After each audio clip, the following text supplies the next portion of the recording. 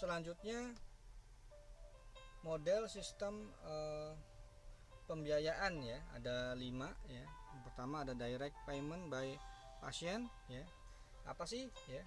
Nah, ciri utama dari model yang pertama ini ya, direct payment adalah setiap individu ya menanggung secara langsung besaran biaya pelayanan kesehatan sesuai dengan tingkat penggunaannya ya. Nah, jadi tergantung daripada jasa atau jenis pelayanan kesehatan yang diterima ya, besarnya biaya itu ya.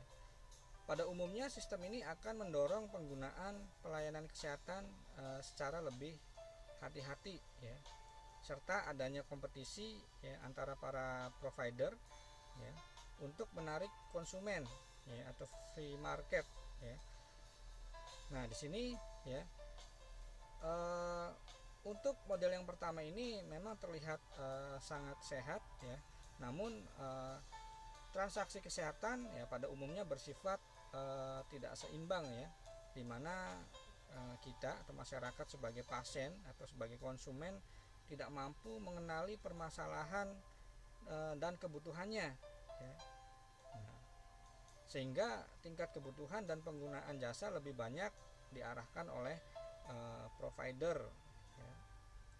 Sehingga free market ini dalam pelayanan kesehatan tidak selalu ya berakhir dengan peningkatan mutu dan efisiensi, namun dapat mengarah pada penggunaan terapi ataupun pemeriksaan ya yang berlebihan. Kemudian yang kedua ya, model yang kedua user payment ya. Pada model ini pasien membayar secara langsung ya biaya pelayanan kesehatan, baik pelayanan kesehatan pemerintah maupun swasta ya. Nah, di sini bedanya dengan model informal nanti ya yang di bawah itu ya adalah besaran dan mekanisme pembayaran ya. Juga kelompok yang menjadi pengecualian telah diatur secara formal ya, baik oleh pemerintah maupun oleh provider ya.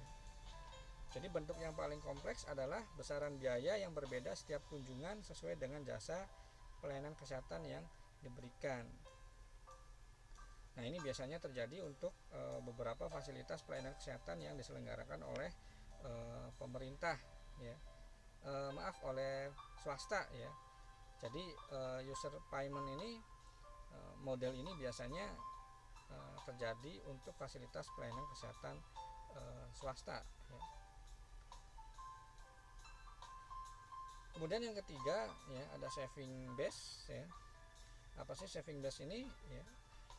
Model ketiga ini mempunyai karakteristik ya risk spreading ya pada individu, namun tidak terjadi risk pooling ya antar individu ya. Maksudnya biaya kesehatan langsung akan ditanggung oleh individu sesuai dengan tingkat penggunaannya.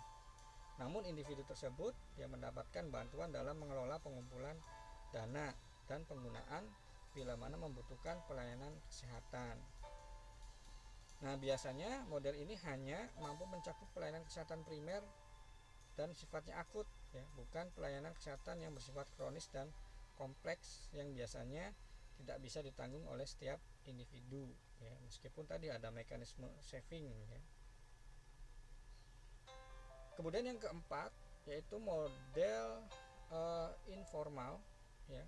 Nah, ini ciri utama model ini ya adalah bahwa pembayaran yang dilakukan oleh individu ya pada provider kesehatan formal ya, misalnya dokter, bidan ya.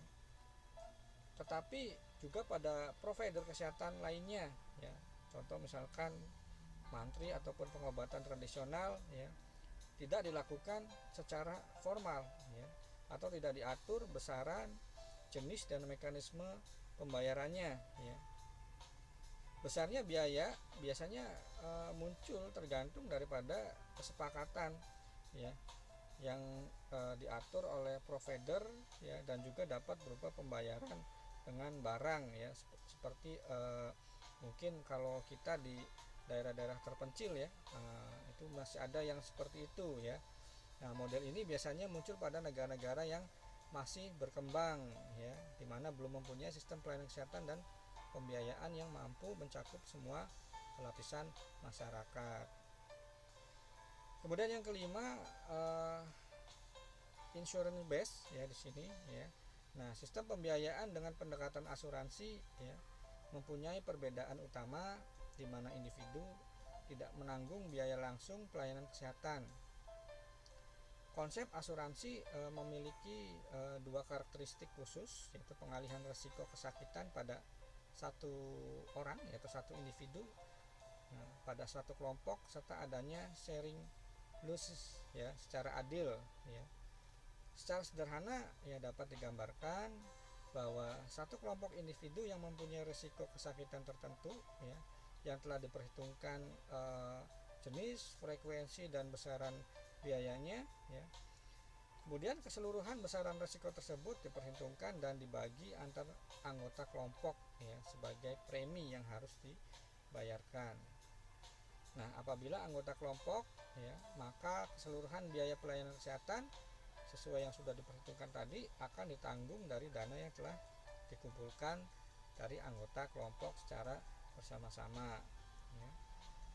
Kemudian besarnya premi dan jenis pelayanan yang ditanggung serta mekanisme pembayaran ditentukan oleh organisasi pengelola dana asuransi.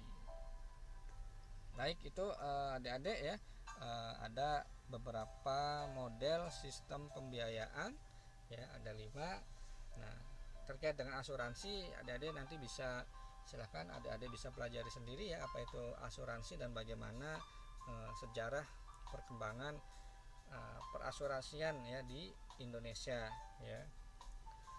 Nah, itu saja ya materi yang bisa saya sampaikan untuk pertemuan hari ini ya. Jangan lupa ya setelah menyimak video ini dan setelah adik-adik belajar mandiri terkait dengan asuransi ya, buatlah ringkasan ya, kemudian dikirim ya ke e-learning ya, ke Edmodo sesuai dengan batas waktu yang sudah ditentukan ya. Itu saja, selamat belajar ya. Terima kasih atas perhatiannya, semoga bermanfaat ya. Saya akhiri, wassalamualaikum warahmatullahi wabarakatuh.